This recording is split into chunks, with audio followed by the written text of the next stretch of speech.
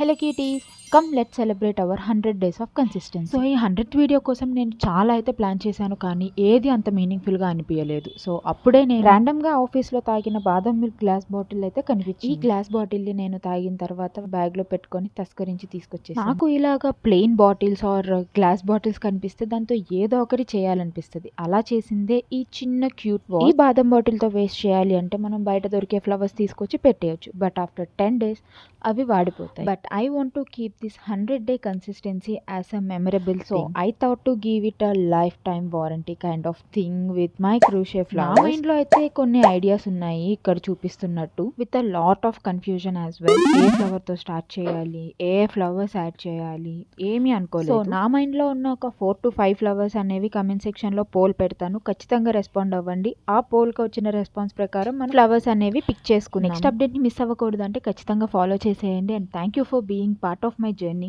Okay, bye cuties.